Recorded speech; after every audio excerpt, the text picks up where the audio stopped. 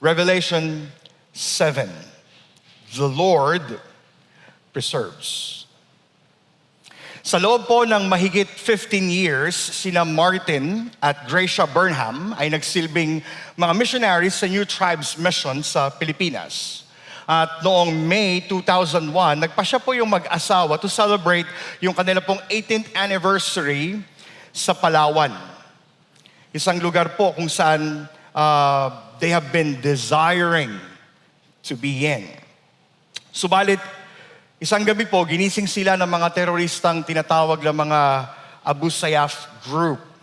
At ang mga Burnhams ay kabilang po sa 12 bihag na dinakip ng umaga pong iyon. At pinilit sila na isakay sa isang naghihintay na bangkang demotor.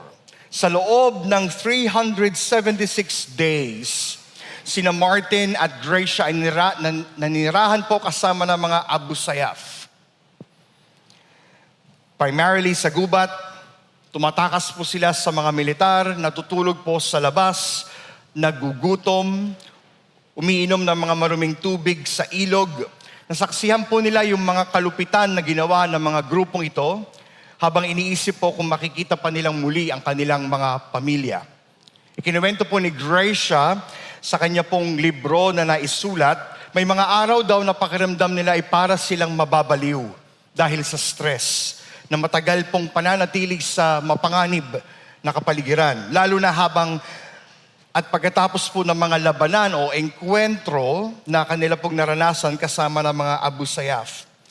Sabi niya, nakakatakot ang mga pag-ataking iyon. Habang ang mga bala ay mabilis na tumatalsik sa aming mga ulo habang nakayakap kami sa lupa. Naisip namin, matatamaan kaya kami ng mga bala sa pagkakataong ito. Mga kapatid, as we look at Revelation chapter 7, sa gabing ito, there is a similar question na gustong itanong si John. Siya pong sumulat ng librong ito. 22 chapters together. How can I escape? This time, hindi po sa bala. How can I escape from the coming judgment ng Diyos? How can I escape from the coming judgment of God? Ang book of Revelation po means uncovering, unveiling ng ating Panginoong Hesukristo. Sa librong pong ito, makikita natin that Jesus Christ is not just the Lion of Judah, pero siya rin po yung Lamb who was slain. The one that has been waiting upang ma-open yung seals. Actually, kinanta po natin kanina. And ito pong Lamb of God is right now seated on the throne. The book of Revelation has been written para ipahayag po sa atin yung mismong mga salita ng ating Panginoong Jesus. Ito yung isinulat to encourage, to exhort believers upang sila po'y magkaroon ng pag-asa hindi sa sitwasyon that they were currently experiencing, but to place their hope on the unending love of Christ. Na kahit po sa gitna ng mga matitinding persecutions and trials na kanila pong pinagdadaanan, they can be preserved by a loving, gracious, and merciful God. So chapter 6, punta po kayo ng sandali. Kung merong title, yung chapter 6, it's like the 7 seals. So ang book of Revelation is composed of the different scenes, 7 seals, 7 trumpets, 7 bowls. Ito po ay mga literary devices na ginamit ng ating Panginoong Diyos so that He may speak, not literally, pero symbolically, kung ano po yung parating. Sa chapter 6, binuksan ng ating Panginoong Jesus, who is the Lamb, who was slain ng 6 na seals, that talks about the coming judgment and destruction. Nakita po ni John yung mga imageries tulad ng mga horses na merong kulay white, red, black, and pale that signifies yung intensity and weight of the coming judgment. And towards the end ng chapter 6, Ganito po ang sabi ng Diyos. Take a look at verse 15, chapter 6 ng Revelation. Nagtago sa mga yungib na bato ang mga hari sa lupa, ang mga gobernador, ang mga pinuno ng hukbo, ang mayayaman, ang makapangyarihan at lahat ng tao, alipin man o malaya. At sinabi nila sa mga bundok at sa mga bato, tabunan ninyo kami at ikubli ninyo kami sa mukha ng nakaupo sa trono at sa puot ng kordero, sapagkat dumating na ang kakilakilabot na araw ng pagbubuhos ng kanilang puot, at sino ang makakatagal sa harap nito? That is the same question perhaps na meron si Gracia and David Burnham nung sila po ay nasa mga enkwentro ng Abu Sayyaf. How can we be saved sa oras ng panganib na ito? Who will be saved? Papaano? Revelation 7 po brings us hope. We will see here the Lord preserves His people. The Lord preserves His people. So verses 1 to 17, we're going to see three encouragements. Kung paano po pinipreserve ng Diyos ang kanyang bayan. And how God keeps His own. So the question beforehand para po sa atin, who will stand in the coming judgment? Who will stand sa paghuhukom ng Diyos na banal? Who will stand sa wrath na parating for us? Though ito po ay mangyayari in the future, John is given a picture of what's going to happen para may communicate po sa atin how we can be hopeful in the season of persecution and trials. First encouragement, makikita po natin sa verses 1 to 8, the Lord preserves by sealing us. The Lord preserves by sealing us. Muli, nabuksan na po yung pang-anim na selyo at wala pa yung seventh seal. So yung chapter 7 is like an interlude. So kung kayo po ay mahilig sa video, okay? Di ba? May mga interlude yan. Yung para medyo makahinga kayo kasi medyo mataas yung kinanta nyo. Diba? So may interlude. So bago ibigay ng Diyos, buksan yung seventh seal, may chapter 7. Just to make sure na kung paparating man ang judgment, there will be men and women who will be saved. Ito po yung pag-asa na meron ng mga bawat mananampalataya. At ang mga kaganapan po yung mangyayari in the future, kaya mahalaga na nakahanda po ang bawat isa. In verses 1 and 2, makikita natin, meron pong apat na anghel na nasa apat na sulok po ng daigdig. Ano po yung kanilang ginagawa? Look at your Bibles. Sa kanila pong buong lakas, pinipigilan nila na hindi umihip ang malakas na hangin sa mundo para wasakin ito. Ibig sabihin, destruction is coming. Yung pang-anim na seal has been opened, and it's going to destroy. And here's God's grace. Wala pong ititira sa pagwasak sa mundo, and the simple goal na meron yung mga angels actually is to execute destruction and judgment. Pero mula po sa silangan, from the east, sino po yung nakita ni John na umakyat? Another angel. Another angel, isa pang anghel na meron pong dalawang pangtatak o seal. Dala niya ay pantatak ng Diyos na buhay. The seal of the living God. Alam po ng anghel na mula sa silangan na paparating po ang kapahamakan. Walang makakaligtas. Pero meron po by God's grace. The angel with the seal of God pleads. Ano po ang sabi niya? He calls actually yung attention ng four angels at ang sabi niya, huwag muna ninyong pinsalain ng lupa, ang dagat o ang punong kahoy hanggat hindi pa namin nalalagyan ng tatak sa noo ang mga lingkod ng ating Diyos. So meron pong maliligtas. Pero hindi po maliligtas yung mga taong babanggitin dito on their own capacity.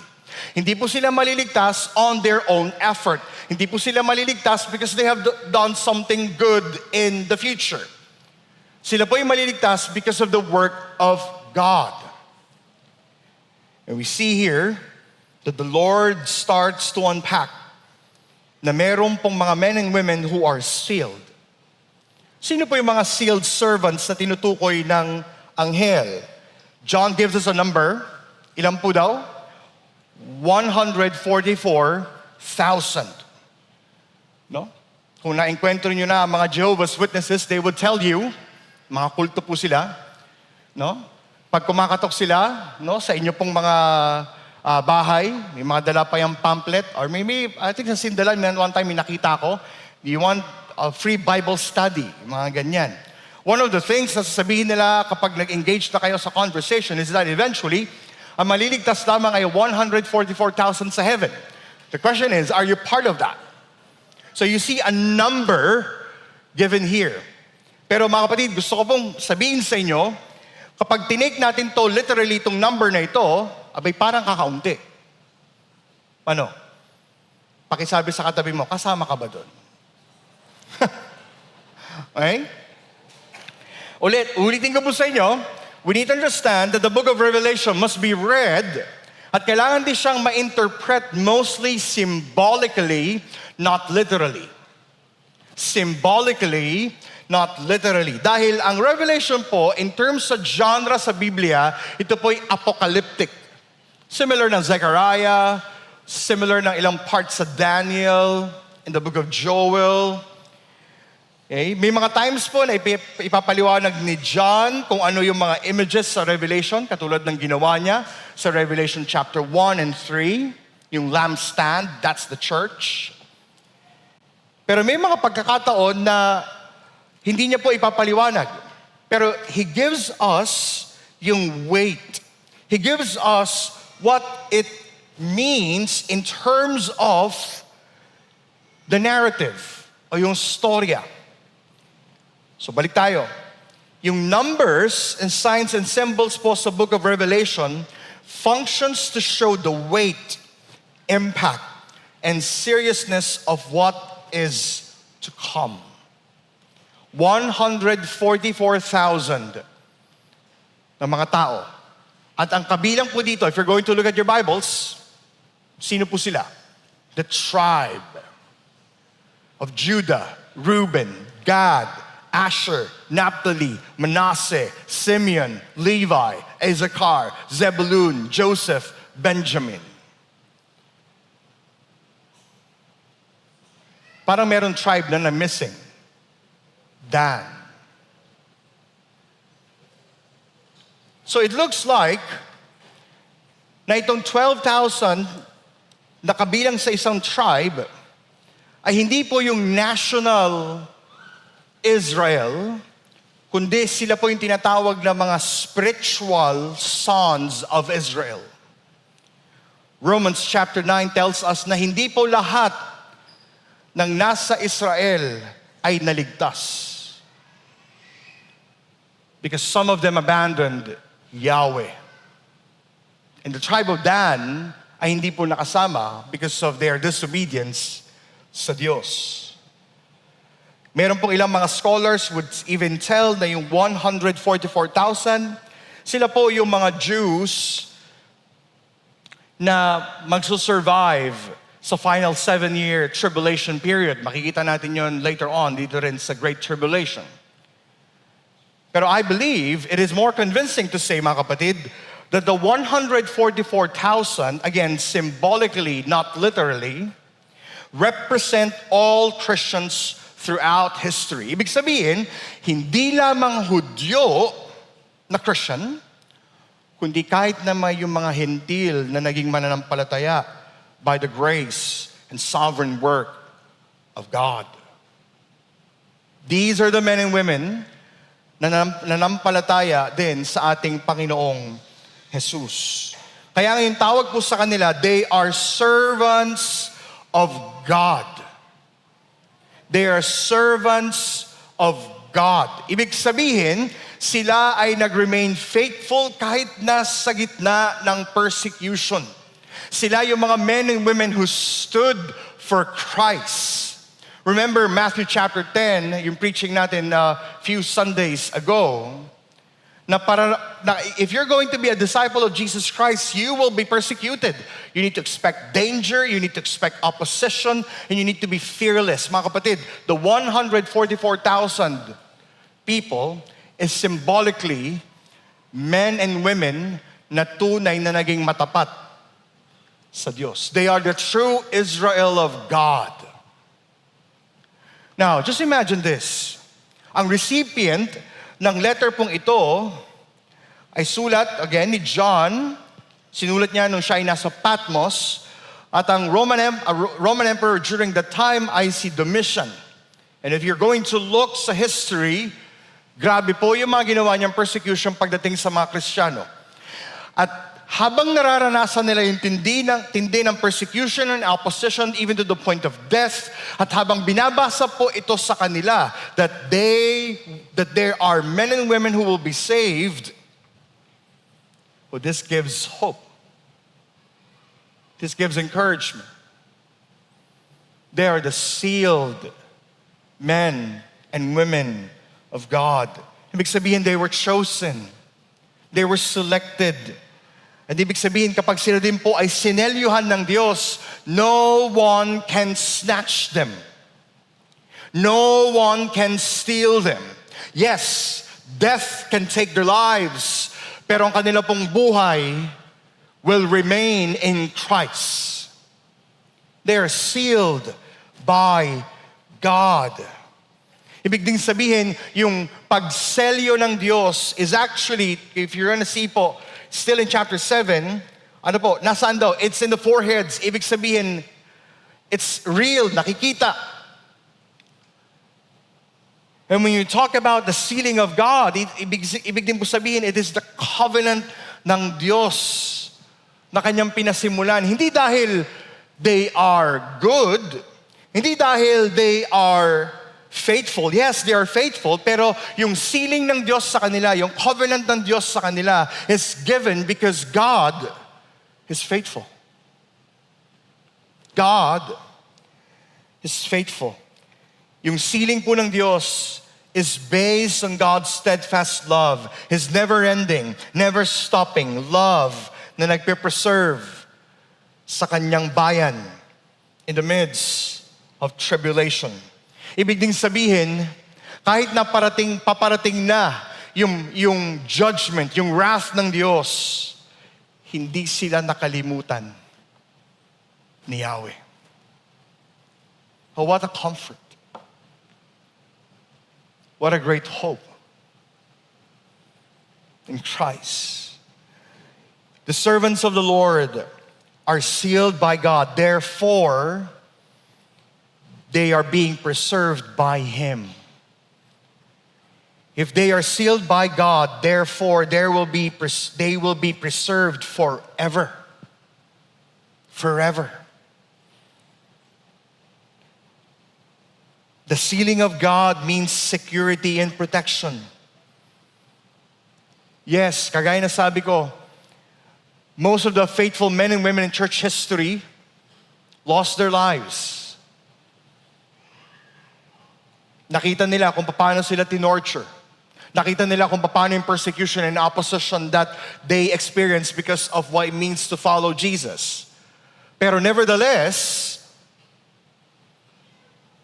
yung sealing ng Diyos remained in them. Pinatunayan lamang na sila ay tunay na pinili at minahal ng Diyos. Now, bilang mga mananampalataya sa gabi pong ito, tayo din po ay subject sa mga pressures, influences, forces ng mundong ito. Hindi po tayo immune sa sorrow, sa sickness, or anxiety. Dumarating din po ang kamatayan para sa ating mga mahal sa buhay. Nakakaranas po tayo ng sakit, arthritis, gout. Yung mga kabarkada ko sa gout. Tayo din po'y dumadaan sa mga ganitong mga pressures in life, daily, weekly. Yung body po natin is decaying each day. Ang mundo pong ito seeks to destroy us. Hindi po ba yun ang kanilang misyon? But this world cannot overcome us because we are sealed by the love of Christ. Hindi po ba ganito yung language ni Apostol Pablo sa Romans chapter 8 verse 31? What then shall we say to these things? If God is for us, who can be against us? See yung rhetorical question ni Pablo. Ang sabi ni Paul, he who did not spare his own son but gave him up for us all, how will he not also with him graciously give us all things? Who shall bring any charge against God's elect? It is God who justifies. Who is to condemn? Christ Jesus is the one who died. More than that, who was raised, who is at the right hand of God, who indeed is interceding for us. Who shall separate us from the love of Christ? Shall tribulation or distress or persecution or famine or nakedness or danger or sword? As it is written, for your sake we are being killed all day long. We are regarded as sheep to be slaughtered. Sabi ni Pablo, no! In all these things, we are more than conquerors through Him who loved us. Mga kapatid, the Lord preserves His people by sealing us. He seals us. But the question is, are you sealed by the love of Christ sa gabing ito? Are you sealed by the mercy and the grace of God? Are you sealed by the power of the Spirit? The one who will be saved are the men and women who are sealed by the love of Christ. The Lord preserves His people. Second encouragement, makikita natin in verses 9 to 14. Hindi lamang that the Lord preserves by sealing us, the Lord preserves by clothing us. The Lord preserves by clothing us. Anong sabi ni John sa verse 9? After this, I looked and behold. Ano po yung kanyang nakita? A great multitude that no one could number. It's more than 144,000. Kaya maling sinasabi ng mga Jehovah's Witnesses that only these people will be saved. And even yung interpretation ng pagdating sa Great Tribulation, 144,000 lamang yung maliligtas. Kasi John is seeing more than a number you can't number. We have a group of people, mga kapatid, more than 144,000 from every nation. Hindi lamang siya Israel. From all tribes and peoples and languages. Hindi lamang 12 tribes mentioned sa verses 1 to 8. It's not just one people group. Hindi lang po mga Kapampangan. Hindi lang mga Tagalog. Hindi lang mga Ilocano. Hindi lang mga Americans. Hindi lang mga Germans. All nations will be part of this. Wow, we have a multicultural gathering. Pero, here's the question. What will be the requirement for them to be part of this? Meron pong dress code. Pakisabi sa katabi, dress code. Diba usually, kapag kayo po ay atin ng kasal, kailangan kapag kayo po ay RSVP ba? RVSP, something like that. Okay? So pag nag-confirm kayo, may nakalagay doon, what's the attire? Formal, semi-formal, casual attire, something like that. Mga kapatid, if you want to be part of this great multitude in the future, meron pong dress code. And what's the dress code? Look at verse 9. Standing before the throne and before the Lamb, clothed. Anong klaseng robes? Anong kulay? White robes. White robes with palm branches in their hands. Ibig sabihin, hindi na lamang yung those who are sealed ang mag-preserve.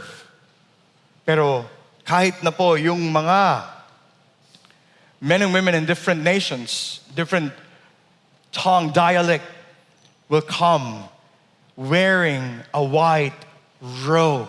At ano pong kanilang ginagawa? Look at verse 9. Clothed in white robes with palm branches in their hands and crying out with a loud voice, salvation belongs to our God who sits on the throne and to the Lamb. What are they doing? Mga kapatid, they are worshiping. Hindi po nila wino-worship yung kanilang persecutions and the oppositions against them. They are not hailing sa mga bagay na nangyari po sa kanila in the past. They are hailing on the one who is worthy of their praise.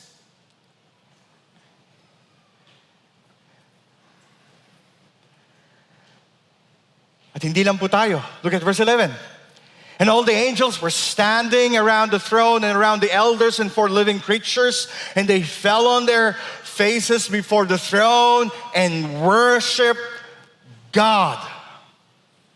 Mga kapatid, is this an event in your life that you need to be part of? I would say yes.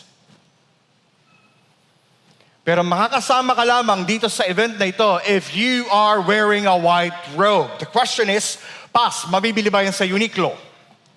Pas, mabibili ba yan sa ukay-ukay? Pas, mabibili ba yan somewhere where you want to buy, for example, your dress?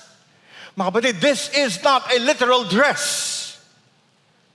This is a spiritual dress given by Jesus. Now, look at verse 13. Then one of the elders addressed me saying, who are these clothed in white robes? And from where have they come? Verse 14, I said to him, sir, you know. And he said to me, tanong ng elder, sagot niya rin. And he said to me, these are the ones coming out of the great tribulation. Now, madaming interpretation in terms of what's the great tribulation. Others would say, na pag dumating ang Panginoon, there will be a 7-year great tribulation, then saka babalik ulit ang Diyos. I have a different perspective. The great tribulation started ng ating Panginoong Yesus ay nag-ascend sa heaven. Kaya ang sabi, ang language ng New Testament, in the last days.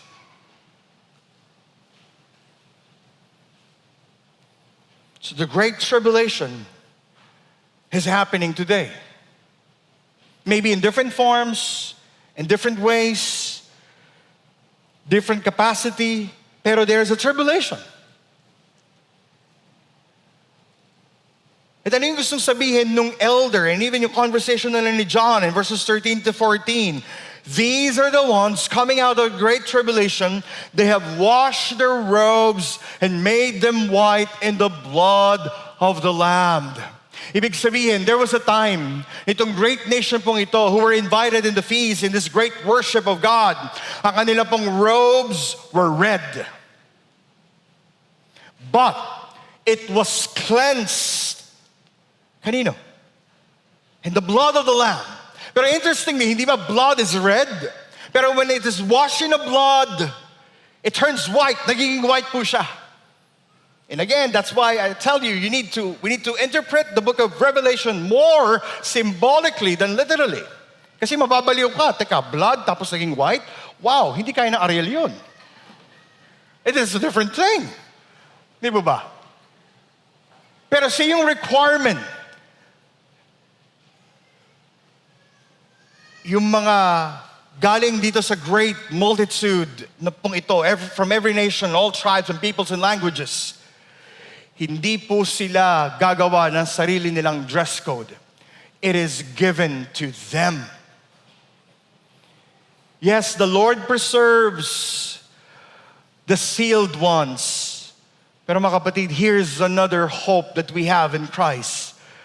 If you are in Christ, yung ating damit na kinulayan ng red because of our sin, Nung tayo'y lumapit sa ating Panginoong Yesus at sinuko natin ang ating buhay sa Kanya, ito'y pinalitan niya ng puting kapa. He changed it from red to white robe. Ibig sabihin, we are already pure in Christ. Hindi dahil sa ating katuwiran, pero dang si Kristo ay namatay sa krus ng Kalbaryo, yung ating karumihan ay Kanyang kinuha at ibinigay niya ang Kanyang katuwiran sa atin. That's why we can wear white robes. And that's the very moment, mga kapatid, that we can also stand in the coming judgment. That's the reason why you can stand the coming wrath of God. That's the only way. Kaya nga sabi sa verse 10, salvation belongs to our God who sits on the throne, to the Lamb. The question is, are you wearing this white robe?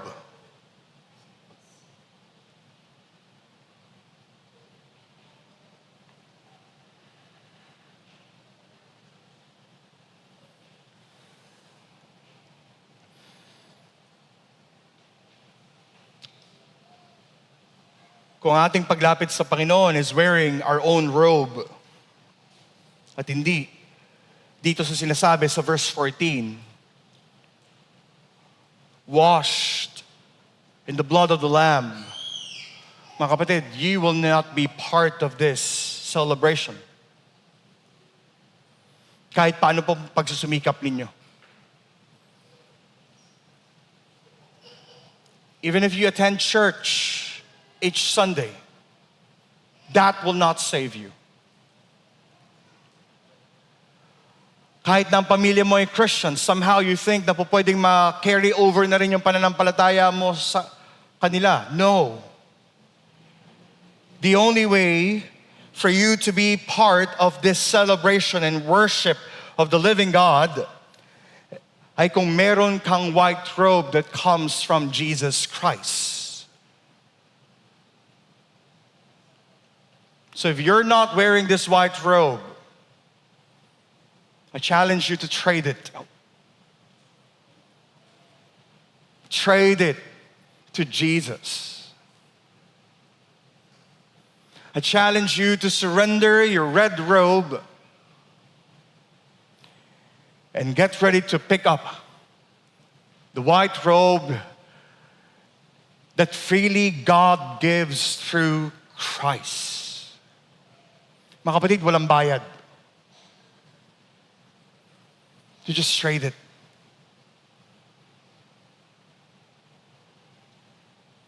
These are the ones coming out of the great tribulation. They have washed their white robes, and made them white in the blood of the Lamb. Mga kapatid, the blood of the Lamb is priceless. It is priceless. And this is the same Lamb na makikita natin in the future. Let this be your prayer. If you're here today and you're a Christian, yung mga pagkakataon na parang gusto nating tanggalin yung white robe. Gusto natin to wear our own robes. As if like we're the ones in control. Do you notice what's happening dito po when they're wearing white robes? Yung hearts po nila is set on God. Look here. There are some of you in this room, you say that you're a Christian, you pretend you wear the white robe, pero you're the one who's in control of your life.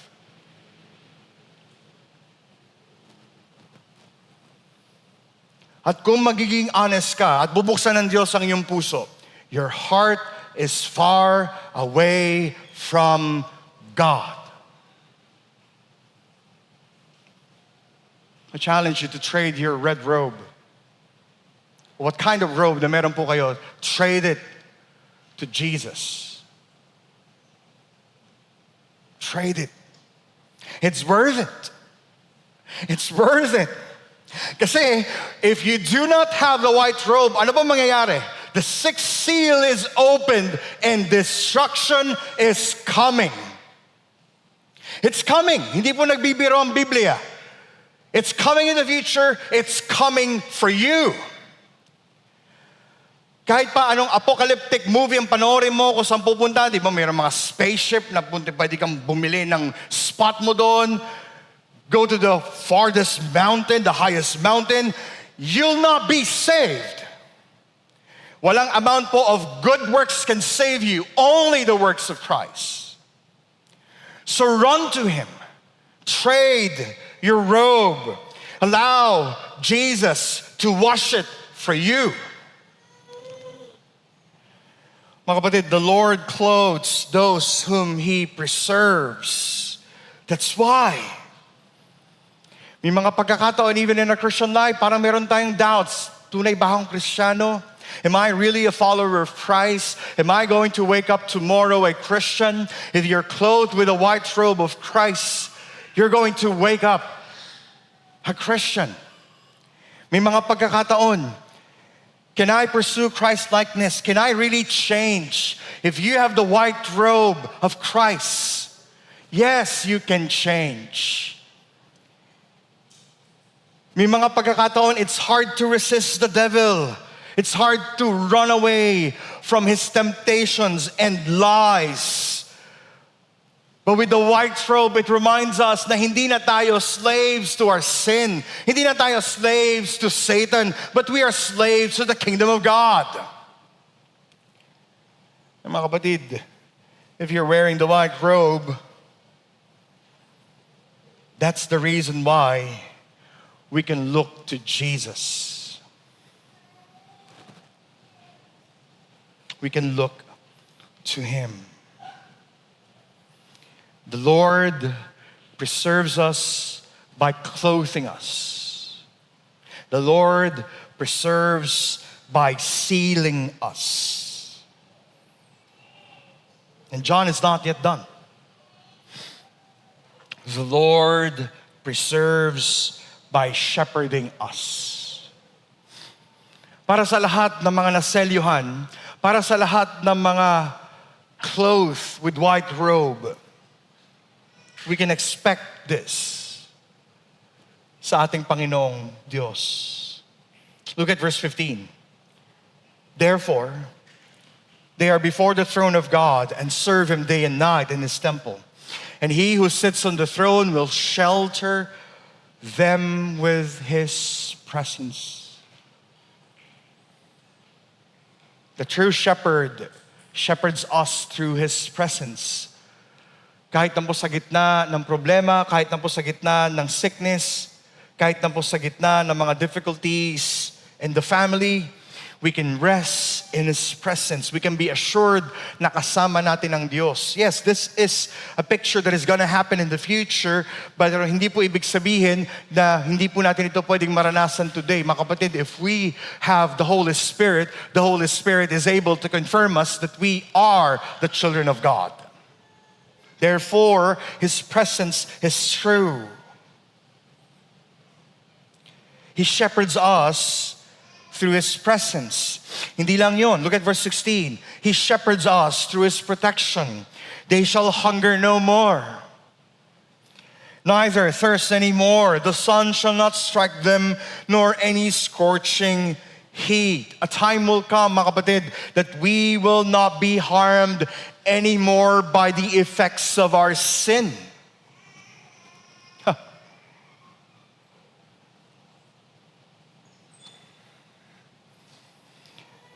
Naulinigan ko, merong currently growth group that is walking through 1 Peter chapter 3.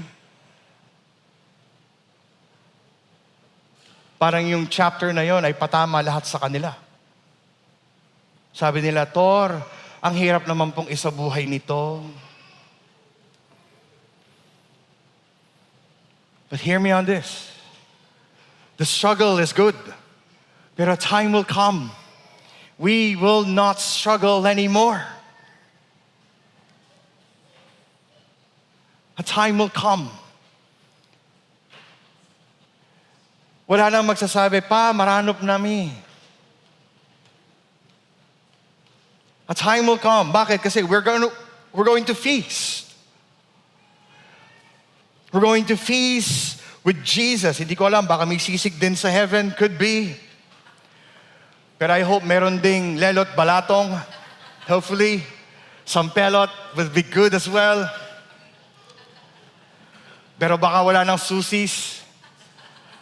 Nevertheless, ang promise natin is that you'll not be hungry anymore, thirst anymore. No more. Why? Kasi everything we need is with Christ.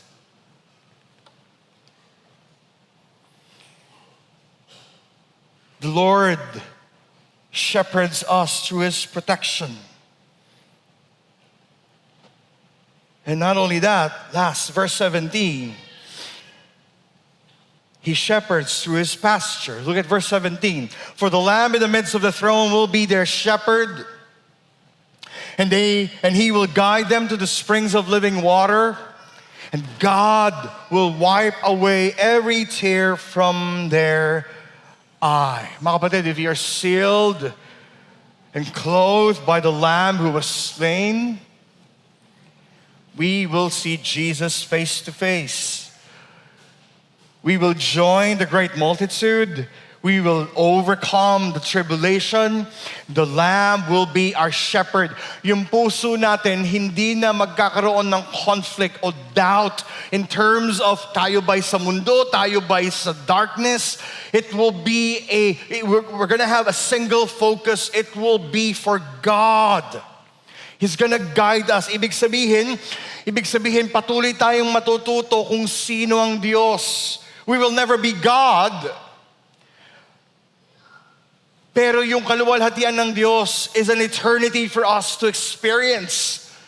What a joy. He's gonna guide us. He will be with us.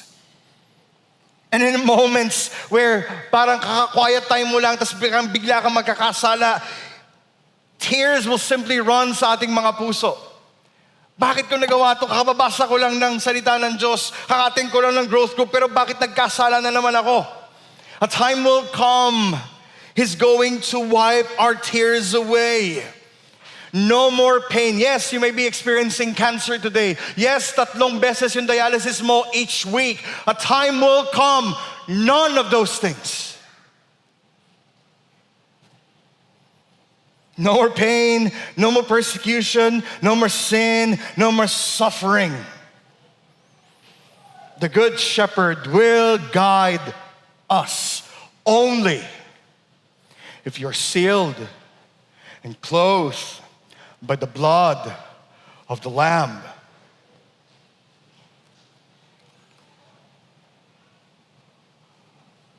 Only if you are clothed and sealed by Jesus.